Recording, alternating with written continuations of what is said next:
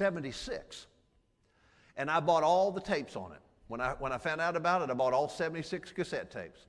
And I listened to them all. He was like, in my opinion, he was the best teacher I ever heard on teaching that. I mean, I felt like I was listening to Jesus teach. It was just awesome. And I wish I still had them. That's why back in the late 1990s, right before the turn of the century, I called him up on the phone, said hi to him, but I wanted to, I'd moved several times, and I couldn't find those 76 tapes because I remember how good they were. Like eating a T-bone steak, or whatever, shrimp, whatever your food is you like, and taco or whatever it is. But I thought, well, I'm good. If he's got those, I'll buy those from him. I'd love to hear those again. Man, I just got so blessed. So I called him on the phone, and we talked for just a minute, and I said, and he had some pamphlets. He never wrote a book, but he had some pamphlets about your identity in Christ. And I said, do you still have any more of your cassette tapes and the pamphlets that you have about identity in Christ? He said, yeah, I do. I said, well, I'd love to get some of those from you, Pastor. He said, no, you can't have them. I said, well, no, I'll buy them. I'm not asking you to give them to me for free. I'll buy them from you. He said, no, that's not what I mean. I won't sell them to you. I said, well, why not? He said, I don't teach that anymore. I believe confessing who you are in Christ exalts man.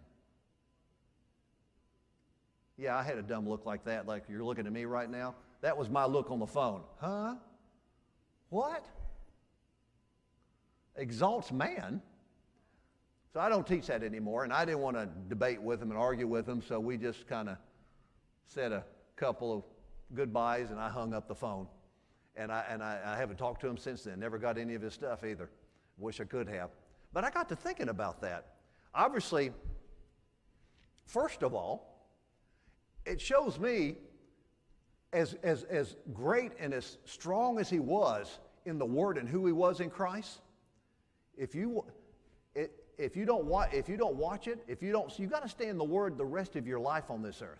See, you're never going to get to the place where you can say, well, I know the Word so well, I'm just going to take the next year off. I'm not going to church for a year. I'm not going to read the Bible for a year because I'm so strong. Don't do that. Don't do that. That'd be like saying, I'm 62 years old now, and I've been eating food usually 3 times a day for all those years. I think I'll take the next year off and not eat anything. Because those 62 years will hold me. It won't work that way, will it?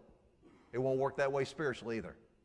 And I know of some things, but some things he may have gotten off in error about that I learned later. But obviously he got off in error. But it shows that you never get too strong